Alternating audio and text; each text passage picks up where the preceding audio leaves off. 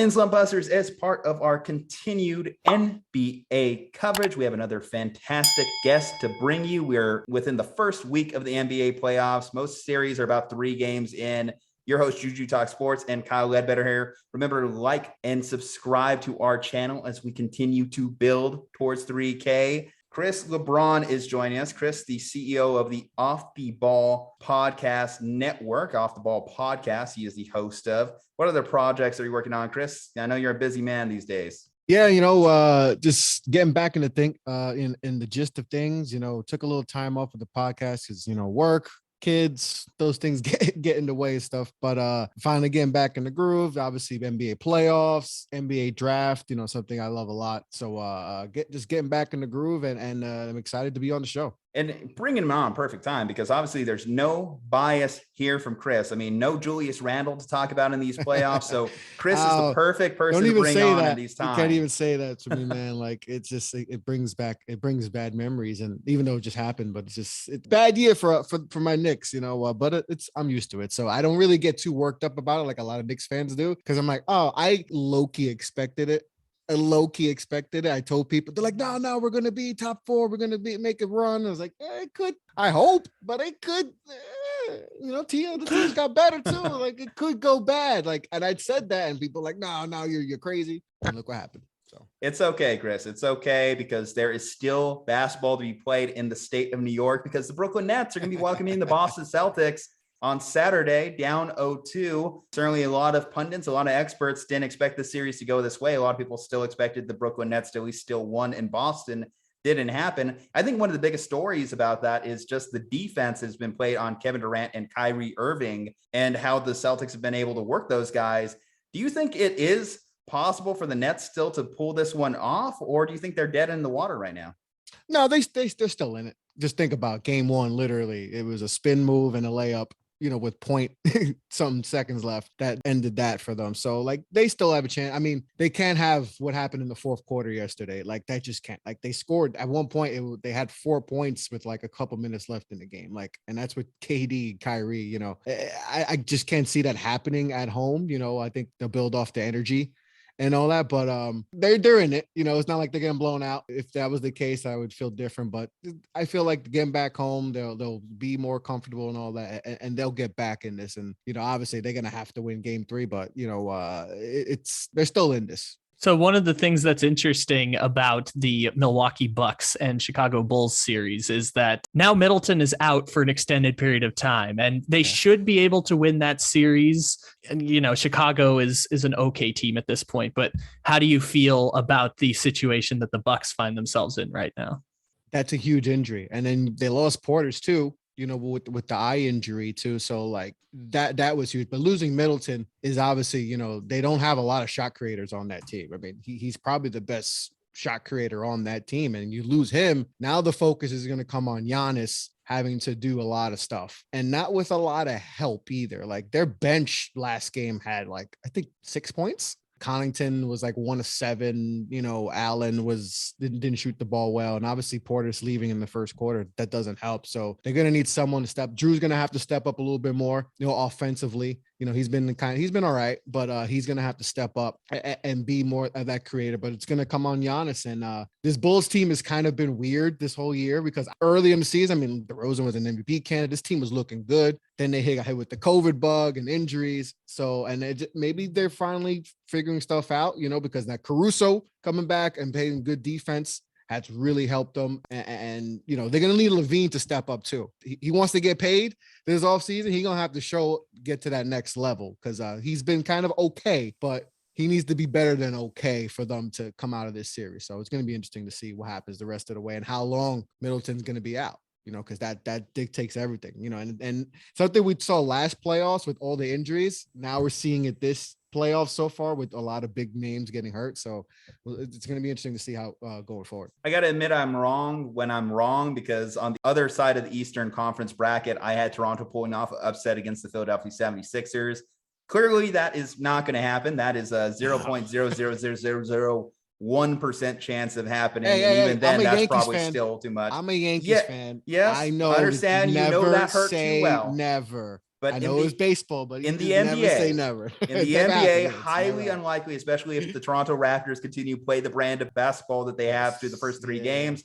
I thought with the Memphis Thibault getting him ruled out into the Toronto games, that would have been the difference maker. Clearly it wasn't. So now we're in this thing where the 76ers are seemingly one of the few teams in the Eastern Conference that could really coast the entire way, as the Raptors haven't really challenged them at all. What does this set up for Joel and James Harden as they progress in the East? Yeah, Joel's taking advantage of no size from Toronto. Like, they got Boucher, but it's just a mismatch, and he's clearly taking advantage of that. But the pressure is on James Harden, right? He's that one superstar in the league, has that, no rings. And that's the only thing left on his resume, is not having a ring. And then, how everything ended, the Rockets didn't end well, kind of eating his way out of Houston. And then suddenly, he was on whatever diet he was on. I wanted that diet, because the last time he was in Houston and then he got to Brooklyn, I mean, that's whatever diet he's on, man. I need to find out what that is, because that's a great diet to have. I think it's all liquids. Yeah. He must have just like 40 pounds in like an hour. It felt like, he was cutting weight. But and then how it ended in Brooklyn, right? Same way, like just half-assing it. And so it's, there's a lot of pressure for James. He's definitely not the same player. You could tell he just doesn't have that explosion. Like, not that he was a super explosive player, but like just getting to the basket is something he was very good at, and he's just not there yet. But this is the perfect series that kind of just get your legs going, and because they clearly are the better team. Even though Toronto, fifth seed, they had a great season, just overmatched right now, and they had to win yesterday in order to make this a series. And like you said, Julian, it's over. It's over for them. Speaking of valiant series, valiant run though for them. They had a great Speaking season. of series that feel like they're over, let's go to Hawks and Heat real quick, because we kind of knew Miami was going to win that series. But Jimmy Butler, 45 points was pretty cool. They got the Duncan Robinson game in game one, but also Trae Young played terrible. Game 3 is going to be on Friday. How you feeling about Miami and Atlanta? It might be over. It might be over. Capella injury, that's huge. Obviously, losing him, and when they played Cleveland to play in, it's too much for Trae Young. I mean, like I said, you never say never, because Trae is, you saw him in the last postseason, had a great run. But Miami's just, if Jimmy Butler's dropping 40 and you got Tyler Hero doing his thing, and Duncan's hitting threes, and Kyle's doing his thing, and it's going to be tough. It's going to be tough for Atlanta, and they've dealt with a lot of injuries. John Collins is clearly not 100%. They need someone else to step up. Bogey has moments where he looks lethal. Then he has moments where you're like, he's 1 of 12, 1 of 8 from 3. So they're gonna need Bogey to step up. See what happens with John Collins if he's get anything from him. Horton needs to step up, but just from what it looks like, it looks like the Heat should win this fairly easy in 4 or 5 games. Like anytime you mention Trae Young, you have to mention Luka, and Luka obviously has missed the start of this Mavs Jazz series, and shame on Utah for not taking advantage, because they should have won the first 2 games. That's what Kyle and I have both agreed on, that this should have been a huge opportunity for Utah to win their first round series, move on, and kind of put the Donovan Mitchell, Rudy Gobert rift on pause for a little bit. But here we are now. The series is split. Luka is questionable for game 3. There's a possibility he could come back in game 4 if things fall through. Do you think Utah really has already blown it and could potentially be set up for more playoff disappointment? If they lose tonight, yeah, they're at home. Like I said, Luka's not playing. There's no Tim Hardaway, I believe. Dallas should not have a chance to win. Like, just Utah, just based off just what they have on the court, they should win this game and win it fairly easy. Like, they should dominate this game, but it's Utah, right? Like you said, they should be up 2-0 easily. Like, they're the better team right now with no Luka, but we just don't know what team we're going to get.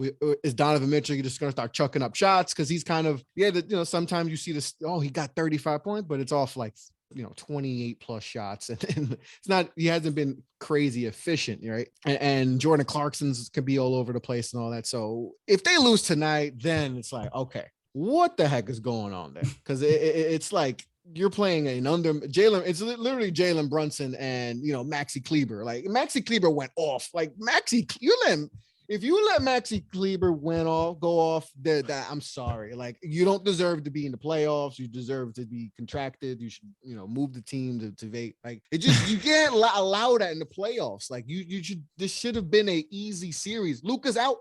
We should win this easily. Take advantage. He ain't playing because that injury is way worse than they're leading us on to. Like, he should not be playing because you're risking way more. He is invaluable value. That is a top 5 player. And you do not, it may not be worth. Listen, I know playoffs, you want to try to, you got a good team.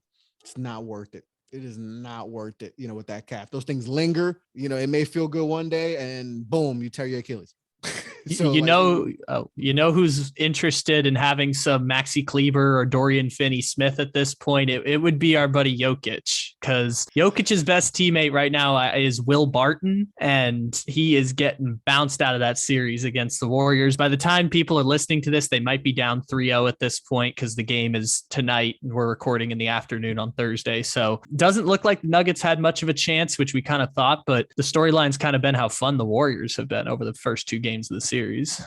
Man, I mean, Jordan Poole's ascension is like, we saw it in the regular season, obviously, but now he's kind of taking that next level in the playoffs and kind of becoming, the star. And now they have so many guys that could get you a bucket. How do you stop that? You got Poole, you got Steph Curry's come off the bench. He's like, yeah, I'm come off the bench. I handle this. We'll take the series off, and then when we get to the next series, we'll get back to, like, they got so many guys. Clay, it's just too much for Denver right now, and they just look so perplexed. And then like pick and rolls with Jokic on top, like Jordan Poole is just blowing past Jokic. It's just too much for Denver, and with the injuries they've had, obviously Jamal Murray being out and Michael Porter, it's just too much. It's too much. I mean, the Golden State Warriors can kill you in so many ways. The way they move off picks and all that, like, you can't do nothing. Like, even if you try, you play your best defense, it's just too much. They got too many guys who can get you a bucket, too many shot creators, too many guys who can hit perimeter shots. It's just too much for them. And I actually think they may sneak game 3, but I think the Warriors going to get this in 5. Now, Jordan Poole's been on ascension, but we literally have a series of purely ascending stars. When I look at the Timberwolves and I look at the Grizzlies, I look at all the great young talent there. And I love Memphis, but I didn't look at Memphis and think that they were already made men. I didn't think that they were just going to go into the series and coast by the Minnesota Timberwolves, especially when you look at the high-end talent of the Timberwolves. You look at D'Lo, you look at Anthony Edwards, you look at obviously Karl Anthony Towns. All 3 guys are at the top of their game, really talented young guys. And then you look at Memphis, and Jared Jackson and Dylan Brooks and Ja Morant are all fine pieces, but specifically Ja, of course, who's a top 10 guy, or at least leaning it towards being a top 10 guy. It's an interesting dynamic that you have set up for the rest of the way now that they're split. Minnesota has the home court advantage. How do you see the rest of this series playing out? Man, this series, it's so hard because there's a part of me that's like, Memphis should, the way they played all year, especially without Ja and missing Dylan Brooks for sometimes, like they destroyed teams by 20 with their best players and them missing a lot of guys. So but this Minnesota team just got a bunch of dogs and they want this. And you see in Anthony Edwards leveling up and Karl Anthony Towns, wanting to prove that he's one of the best bigs, because he hasn't been to playoffs, so he doesn't get talked about in that with those other bigs like Embiid and Joker. Game 1 was definitely, obviously game 2, Memphis takes over, they dominate, but Memphis needs someone other than Ja to be like I talked about a lot of the other series, guys that just get a bucket. They don't have, like, Dylan Brooks being your second best bucket getter. To me, I'm not crazy about that. Like, he's a fine player, but he shouldn't be like, Jaren Jackson is solid. Like you mentioned, Julie, they got a lot of solid players, but this is the playoffs, right? This is the play. Like, they have just as much experience as Minnesota. Like, Minnesota has some guys who've been there. Pat Bev has been there. So Anthony Edwards ascension, Karl Anthony Towns ascension, that's tough. That's tough. So, like, if Minnesota comes out, they win this game 3. If I'm Memphis, I'm this wasn't I know a lot of people like, oh, Memphis got this in 5. And I was like, I don't know about that. Like, I like this Memphis team, but it's different when you get into playoffs and all that. They got to find someone else other than Ja. And even Ja at time, Ja gets on the floor way too much. He and it scares me because he's on the floor for like no reason. Like, you don't need to do all, like, and I think That's why he's been hurt a lot this year, and that can hurt them going forward because he's on the floor a lot. He's got to still continue to get better shots and all, because he's not a great perimeter player too. So if he does not hit the shots, you're gonna rely on Dylan Brooks, and Desmond Bane has been kind of okay. We need him to step up a little bit more. But this series is so tough to pick. It's kind of just a back and forth. It might be the most intriguing series other than Nets Boston of these whole playoffs, and I'm looking forward to Game 3. All right. Last but not least, Pelicans, the Suns, series that shouldn't matter, but it does now because Devin Booker is going to be out for what looks like a good portion of the series for the Phoenix Suns. Pelicans are interesting because it's a team built on Brandon Ingram, CJ McCollum, and Jonas Valanciunas, who you could argue all of them are in the top 50 in the NBA and none of them are top 30 players in the NBA. They're in a weird place with that, but if you take away Devin Booker from the Suns look surprisingly vulnerable now. And like I talked about the other series, they don't have a lot of guys who could create their own shots. So now you got to rely on CP3 to orchestrate everything. And he's another guy who's gotten hurt, right? And he tends to get hurt at the worst times. And like, not saying it's going to happen, but like, let's say he goes down. They're in trouble. Like Mikal Bridges is someone who's a nice spot up shooter, can create a little bit, but not the way you want. Cam Johnson could do some things. They have some guys, but Booker is that engine, that scoring force you need. And, he might be an all NBA first team guy, and losing him for 2 to 3 weeks, like you mentioned, Kyle, this series went from probably the one series like, all right, this is over in 4. Like, this is a sweep. Like, you give credit to what the Pelicans have done because they started off like 2-17, and they did the adversity with the whole Zion stuff and all that. And they want to be in the playoffs. Like, they beat some teams to get in.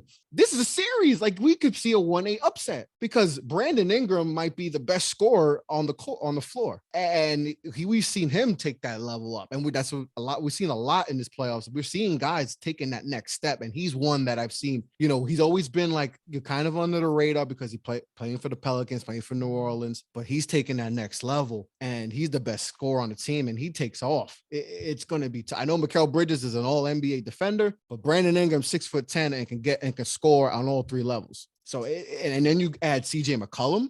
So you got 2 guys who are the 2 best, shot creators on the floor. That's going to be tough for the Suns to overcome it. So like, they're going to have to win this one. And I still think they'll win the series simply because they just have the pedigree. And even though Book's out, they still have it. But now it's like, okay, now I'm going to have to watch it and be like, now you're glued to it because you're like, okay, this is something now. This is one of those series where you're like, whatever. Like, now it's something. And that's intriguing. And that's going to be fun to see what happens in this. Crowd's going to be wild. Crowd's gonna be crazy. We'll just see how it happens. It's very, very intriguing game. Chris, thanks for coming on and talking some basketball with us. Final question: who is gonna be your NBA champion? And then I want you to give me some obligatory plugs, man. The NBA champ. Well, the champion took a hit with the Booker injury. I had them before the season winning it all. I felt like they're one of those teams that are gonna, live off that being up 2-0 and coming and losing that series. I think they were gonna recover, but man, I don't know. You know what? I hate to say it because I hate everything Boston, but Celtics. I'm a Jason Tatum guy. I do love he went to Duke. I'm a Duke fan. So I kind of like him, but I can't really like him too much because he plays for Boston. I guess I'm gonna roll with them. I'm gonna roll with them, and especially if they dominate, if they take advantage of the Nets and all that. I think I'm gonna roll with them. All right, I appreciate you for saying that, but if they lose and you jinx it, we're throwing hands, man. We're throwing hands. I mean, this series is like the worst thing for me because I don't want these teams to win. Obviously the Nets thing, being in New York, and then Boston's Boston. I don't like Boston, but putting my NBA hat on, taking the fan hat off. I like this ball. The defense, they got both. They have a bunch of all NBA defenders. They got a bunch of guys who could score, and then you take away one team, another title team away, in the first round. You don't have to worry about the Nets going forward. I like them. I think I like them. Not too much though. I don't want to like them too much. Fair enough. Off the ball. Where can you find it? How can you download? Yes, so you can follow me Off the Ball Pod on Twitter. That's where I'm most active. So you can follow me for any updates and all that. Like I say, I'm getting into the draft. Obviously, going to do some shows, discussing all the playoffs and all that. Find me Apple, Spotify, all that good stuff. Podbean, YouTube. Go follow our YouTube, our Off the Ball Network. Give us a sub, give us a like. We got a lot of good content coming. Check out vaulttheballnetwork.com. And, like I said, thanks for having me on, guys. It was a lot of fun. I love talking ball. Juju Talk Sports. Kyle Ledbetter, stay safe, happy, and healthy. And we will see you next time.